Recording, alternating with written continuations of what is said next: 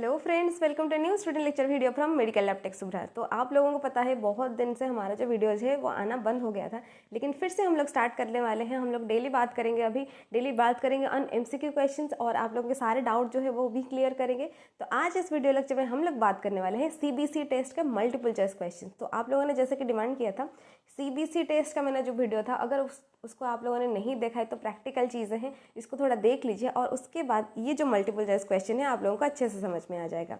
तो CBC test यानी complete blood count, mainly हमारे जो हेमाटोलॉजी पार्ट होता है, हेमाटोलॉजी पार्ट में हम लोगों का फर्स्ट रहता है कंप्लीट ब्लड काउंट, क्योंकि उस पर आप लोगों का आरबीसी चाहे वो डब्ल्यूबीसी हो उसका जो परसेंटेज निकल के आता है। तो इसीलिए ये जो सीबीसी है बहुत ही इंपॉर्टेंट है, लेकिन बहुत सारे पैरामीटर्स इसके अंदर में है जिसको हम लोगों को समझना चाहिए और आगे बहुत सारे जो एग्जाम है उसके अंदर में जो भी क्वेश्चन आएगा आप लोग इसको अच्छे से कर पाओगे। तो चलिए स्टार्ट करते हैं without any delay. But before that, if you are new to my channel then subscribe to my channel and don't forget to hit that like button. ठीक है, तो चलिए स्टार्ट करते हैं आज का जो हमारा जो फर्स्ट क्वेश्चन।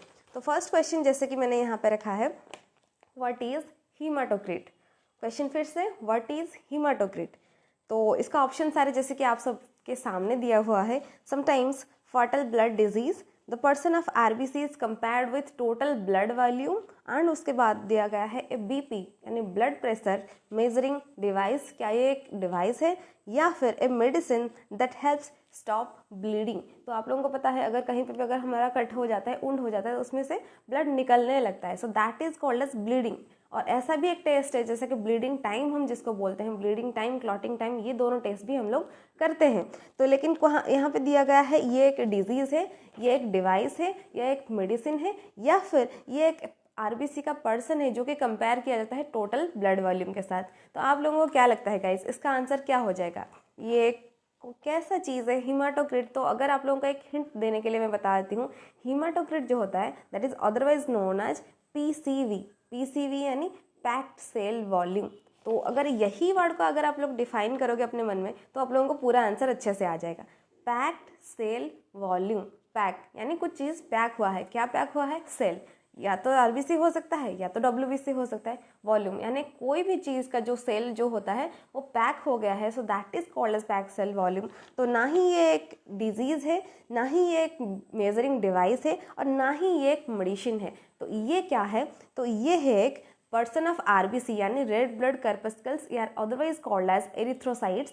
तो एरिथ्रोसाइट का जो पैक हो जाना compare to the total blood volume, so that is called as guys PCV. और यहाँ पे जो क्वेश्चन दिया गया है हीमाटोक्रिट। तो गाइज मेरे को लगता है ये वाला क्वेश्चन जो आप लोगों को अच्छे से समझ में आ गया होगा।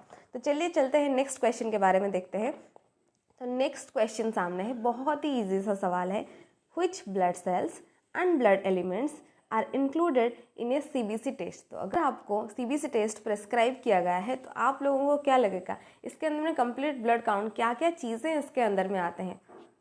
ऑप्शन नंबर ए में दिया गया है आरबीसी यानी red blood corpuscles. Option number b पे दिया गया है डब्ल्यूबीसी यानी व्हाइट ब्लड कर्पस्कल्स। और थर्ड में दिया गया है प्लेटलेट्स और अदरवाइज कॉल्ड एज थ्रोम्बोसाइट्स। तो erythrocytes, leukocytes as well as thrombocytes, या फिर ऑप्शन नंबर डी में दिया गया है ऑल। तो आप लोगों को यही कमेंट में बताना है कि ईच वन, ये जो तीन चीज़ें मैं बता रही हूँ एक एक करके ये चीज़ें प्रेजेंट होते हैं, या फिर टोटल ऑल टोटल जितने सारे मैं बता चुकी हूँ ये तीन चीज़ें कंप्लीट ब्लड काउंट के अंदर में आते हैं। तो गाइस जल्दी से मेरे को ये बता दीजिए कि इसका आंसर क्या हो जाएगा। बहुत ही ईजी सा सवाल है। तो इसका आंसर हो जाएगा option number d, that is all, यानी erythrocytes, leukocytes as well as thrombocytes. ये तीन चीज़ें जो होते हैं that they are present in our body and our blood, and CBC test में इसको हम लोग काउंट करते हैं। ठीक है, इसका रिपोर्ट यही से निकलता है। तो चलिए गाइस, सेकंड क्वेश्चन होने के बाद हम लोग चलते हैं नेक्स्ट थर्ड क्वेश्चन की तरफ। थर्ड क्वेश्चन जो है इसका काम क्या होता है, यानी आरबीसी को हम लोगों ने देख लिया कि हमारे बॉडी में वो प्रेजेंट रहता है, डब्ल्यूबीसी भी देख लिया और उसके बाद प्लेटलेट को भी देख लिए, लेकिन ये तीन चीज़ें जो होते हैं हमारे बॉडी में करते क्या है। तो first question here is what do RBCs do. तो आरबीसी का जो होता है हमारे बॉडी में वो करते क्या है। तो ऑप्शन सारे जैसे कि फर्स्ट ऑप्शन आप लोगों के सामने आप लोग देख पा रहे हैं, carry oxygen from lungs, carry carbon dioxide a waste product from the cells, fight infection, और it help stop bleeding from forming the clots, या फिर all of the above. Final option जो है उस पर दिया गया है option number A as well as B. तो आप लोग मुझे कमेंट सेक्शन में ये बताइए कि इसका आंसर क्या हो जाएगा।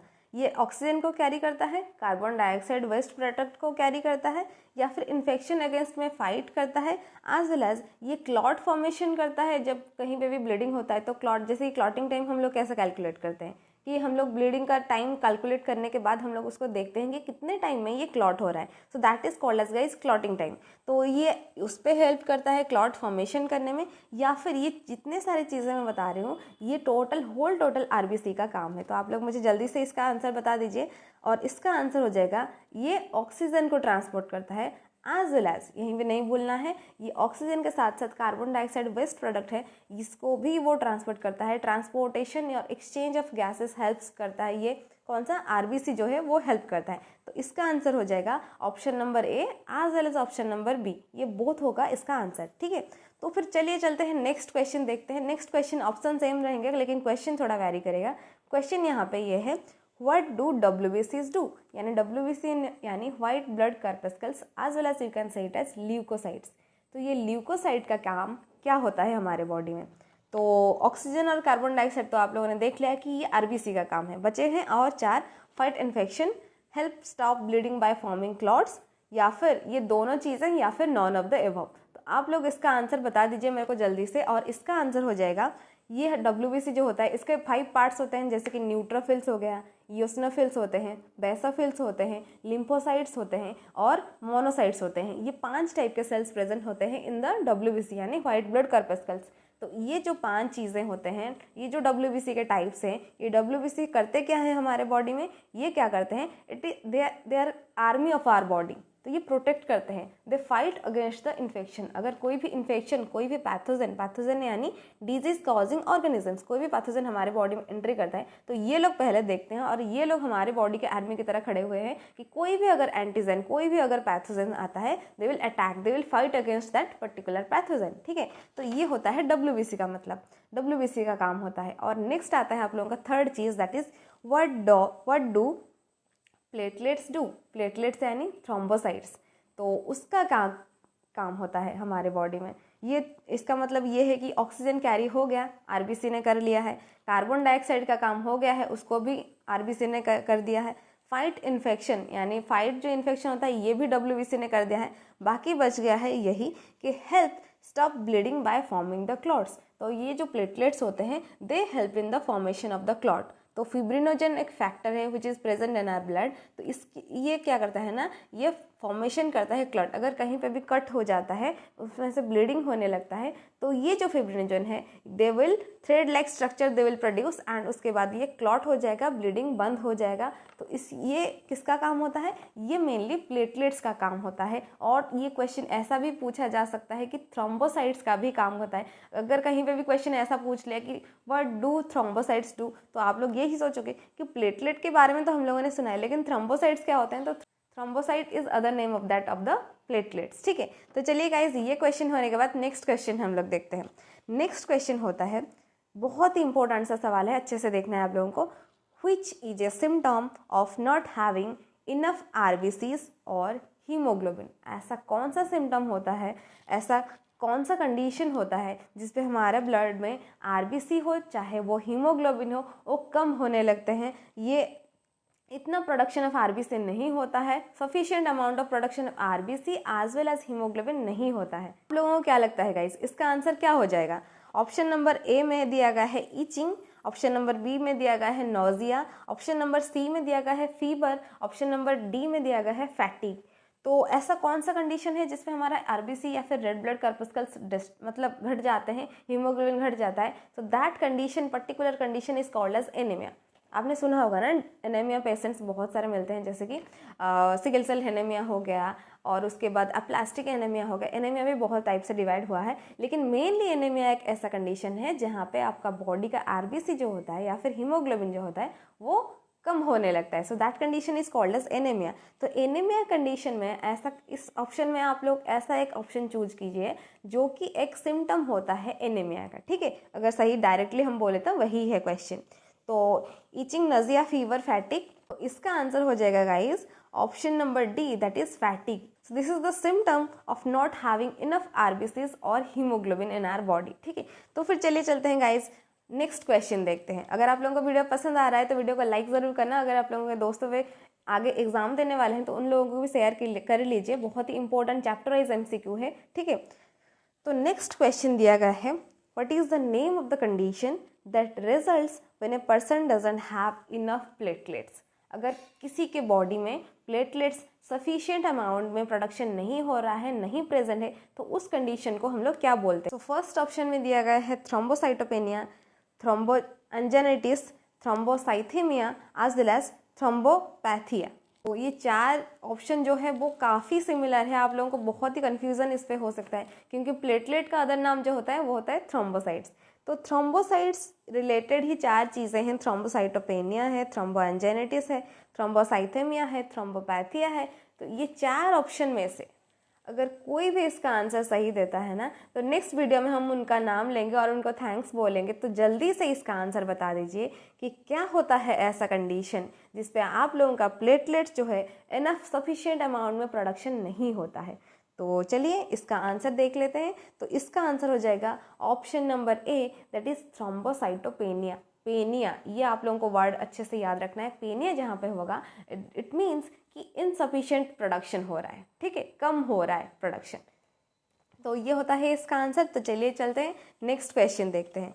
नेक्स्ट क्वेश्चन है, बहुत ही इजी सा सवाल है। इस मतलब ये क्वेश्चन जो है सबको आने वाला है, ठीक है, इसीलिए मैंने थोड़ा थोड़ा रखा है इस पर इजी क्वेश्चन।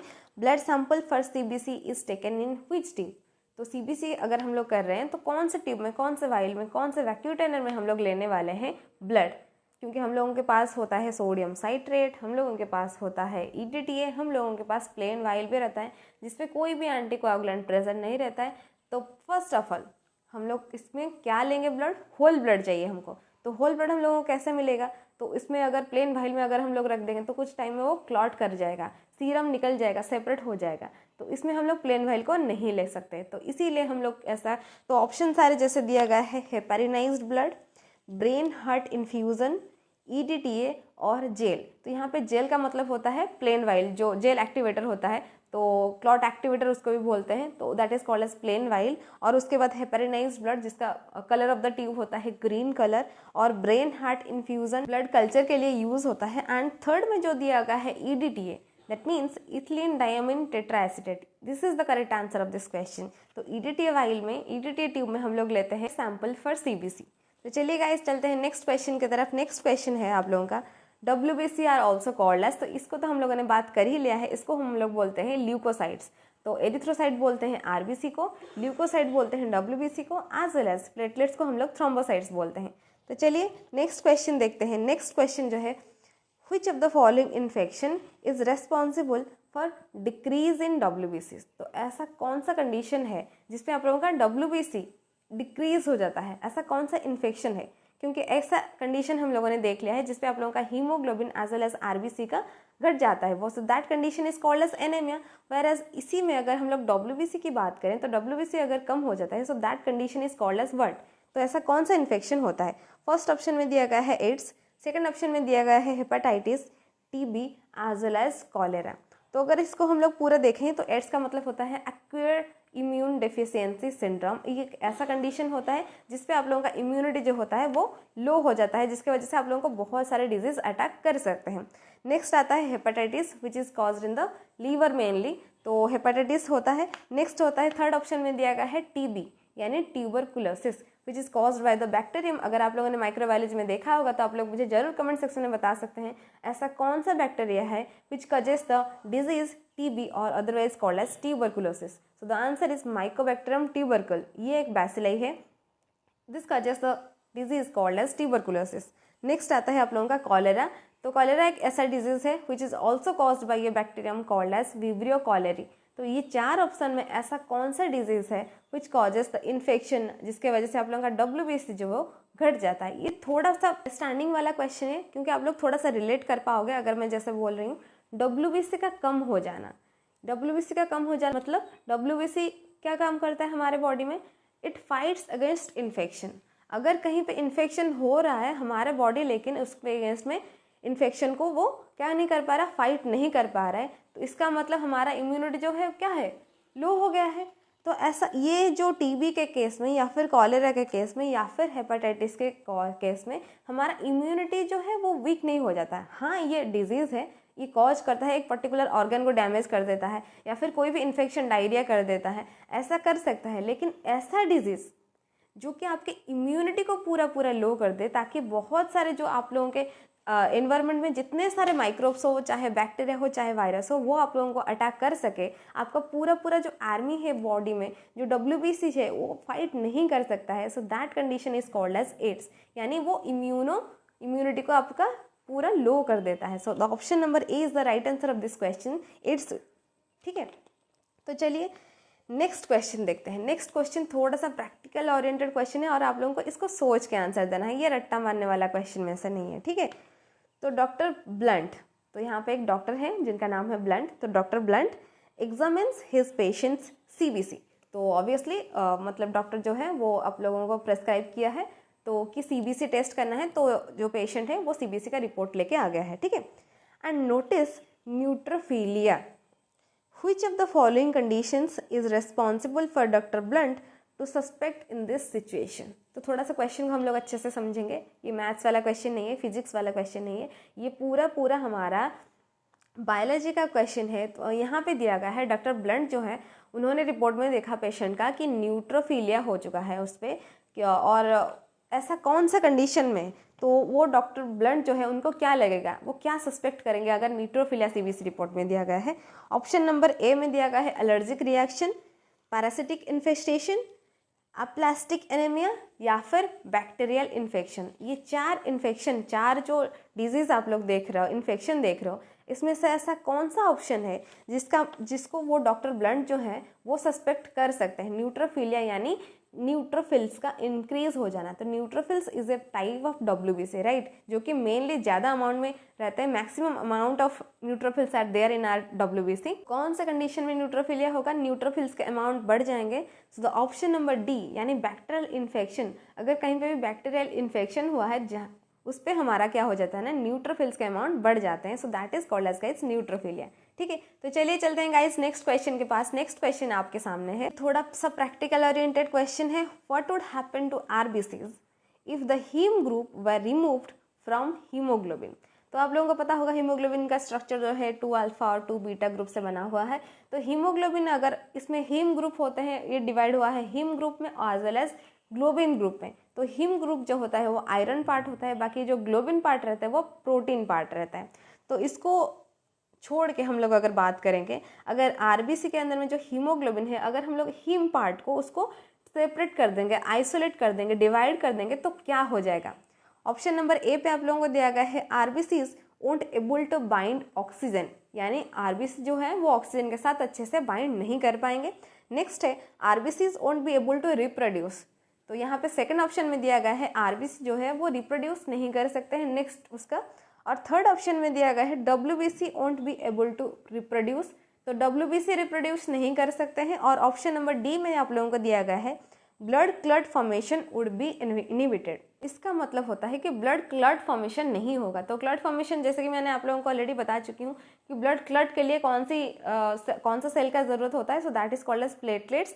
तो यहाँ पे ऐसा जो 4 ऑप्शन में बता रही हूँ, उस 4 ऑप्शन में से एक ऐसा इसका आंसर है जो कि आप लोग अभी बताने वाले हो, तो जल्दी जल्दी बता दीजिए इसका आंसर क्या हो जाएगा।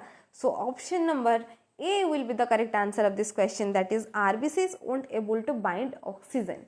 तो RBC के अंदर में जो हीमोग्लोबिन होता है, अगर हीम पार्ट हम उसको निकाल देते हैं तो ये अच्छे से ऑक्सीजन के साथ बाइंड नहीं कर सकता है। ठीक है, तो ये हो जाएगा इसका आंसर। तो नेक्स्ट क्वेश्चन जो है आपके सामने दिया गया है, the hormone erythropoietin which helps in the erythropoiesis production of the blood cells, erythrocytes, stimulates RBC production in bone marrow, where in the body is erythropoietin produced। तो ये डायरेक्टली आप लोगों को ऐसा पूछ रहा है कि एरिथ्रोपोइटिन जो है वो कहाँ पे प्रोडक्शन होता है, इसीलिए एक्स्ट्रा सेंटेंस इसने ऐड कर दिया है जिसमें दिया गया है the hormone erythropoietin stimulates RBC production, जो कि हम लोगों को अच्छे से पता है। In bone marrow, obviously bone marrow में ही प्रोडक्शन होता है RBC का। Where in the body is erythropoietin produce, तो एरिथ्रोपोइटिन कहाँ पे प्रोडक्शन होता है, स्प्लीन, किडनी, लीवर, थायराइड। बहुत ही इंपॉर्टेंट सा सवाल है, बहुत सारे स्टेट गवर्नमेंट एग्जामिनेशन में ये पूछा जा चुका है और आगे भी ये क्वेश्चन पूछा जा सकता है। इसीलिए इसका आंसर आप लोगों को बिल्कुल पता होना चाहिए कि एरिथ्रोपोइटिन हार्मोन कहाँ पे प्रोडक्शन होता है, क्योंकि बोन मैरो में ये प्रोडक्शन करेगा आरबीसी, हेल्प करता है हार्मोन, लेकिन ये खुद कहाँ पे प्रोडक्शन होता है, ये खुद प्रोडक्शन होता है, आप लोग पूरा उसको सरप्राइज हो जाओगे जान के, जिन लोगों को नहीं पता है, ये प्रोडक्शन होता है किडनी में। हाँ, किडनी, जहाँ पे हमारा फिल्ट्रेशन ऑफ यूरिन होता है, ब्लड फिल्ट्रेशन होता है, यहीं पे ही ये हार्मोन जो है एरिथ्रोपोइटिन ये प्रोडक्शन होता है। ठीक है, तो फिर चलिए चलते हैं नेक्स्ट क्वेश्चन देखते हैं। नेक्स्ट क्वेश्चन है वेयर डॉज हीमाटोपोइसिस टेक्स प्लेस। हीमाटोपोइसिस यानी प्रोडक्शन ऑफ ब्लड सेल्स, तो ये कहाँ पे होता है? Lungs, pancreas, liver, bone marrow. मैं ऑलरेडी अभी यही लास्ट क्वेश्चन में बता के जा चुकी हूँ कि ये प्रोडक्शन जो होता है, ये जो ब्लड सेल का प्रोडक्शन होता है, ये कहाँ पे होता है? ये बोन मैरो में होता है। ठीक है, तो फिर चलिए चलते हैं नेक्स्ट क्वेश्चन जो है the formation of blood clot is known as which of the following, right. तो नॉर्मली कोई भी पेशेंट होगा, चाहे कोई भी होगा, ये आप लोगों को बता देगा कि ब्लड अगर कहीं कितने टाइम तक अगर हम बाहर रखते हैं तो उसके बाद वो क्लॉट हो जाता है। लेकिन as a science student, as a laboratory technician student, as a medical student, तो आप लोग इसको क्या बोलोगे? Coagulation, chemotaxis, leucopoiesis, erythropoiesis. तो यहाँ पे ऐसा कौन सा ऑप्शन है जिसका मतलब होता है formation of blood clot? Blood clot हो जाना यानी कोआगुलेशन हो जाना। ठीक है, कोआगुलेशन हो जाना। ठीक है, आपने इसको माइक्रोबायोलॉजी में भी देखा होगा और यहाँ पे पैथोलॉजी में भी देखा होगा कि कोआगुलेशन हो जाता है, तो that is called as blood clot. ठीक है, तो चलिए चलते हैं नेक्स्ट क्वेश्चन के पास। नेक्स्ट क्वेश्चन जो है, ये भी क्वेश्चन आप लोगों को पता होना बिल्कुल जरूरी है। ये कंसेप्चुअल क्वेश्चन है। Platelets are formed from what type of cell? तो जैसे कि आप लोगों को पता होगा कि ये प्लेटलेट्स जो होते हैं ये कैसे बनते हैं, इसका रिप्रोडक्शन कैसा होता है, इसका प्रोडक्शन कैसा होता है, इसका रिप्रोडक्शन नहीं, इसका प्रोडक्शन कैसा होता है? Melanocytes, macrophages, astrocytes, mega karyocytes. तो मैं यहाँ पे आप लोगों को बता दूँ, ये जो प्लेटलेट होता है इसका प्रोडक्शन कैसा होता है। तो ये मेगा कैरियोसाइट्स जो होते हैं, ये एक सबसे लार्जेस्ट सेल होते हैं, इसमें से ये डिवाइड होके ही ये आपका बन जाते हैं प्लेटलेट्स। इसका ऑल किसी भी तरह का प्रोडक्शन कैसा भी करके ये नहीं होता है। अगर आप लोगों ने कोई भी रॉन्ग इन्फॉर्मेशन आप लोगों को मिला है कि कैसा प्लेटलेट बनता है, तो ये थोड़ा सा आप लोग अच्छे से ध्यान दीजिएगा। मेगा कैरियोसाइट्स जो होते हैं, जो सेल होते हैं, बड़े बड़े सेल्स होते हैं, ये डिवाइड होके ही आप लोगों के बन जाते हैं प्लेटलेट्स। ठीक है, तो ये हो गया प्लेटलेट का प्रोडक्शन। फाइनली हम लोग आ चुके हैं last and final question, but not the least question. An increase WBC count is indicative of which disease? तो ऐसा कौन सा डिजीज है जिसपे आप लोगों का WBC जो होता है वो इंक्रीज हो जाता है? ये कौन सा डिजीज का इंडिकेटर है? Lupus, leukaemia, anaemia, melanoma.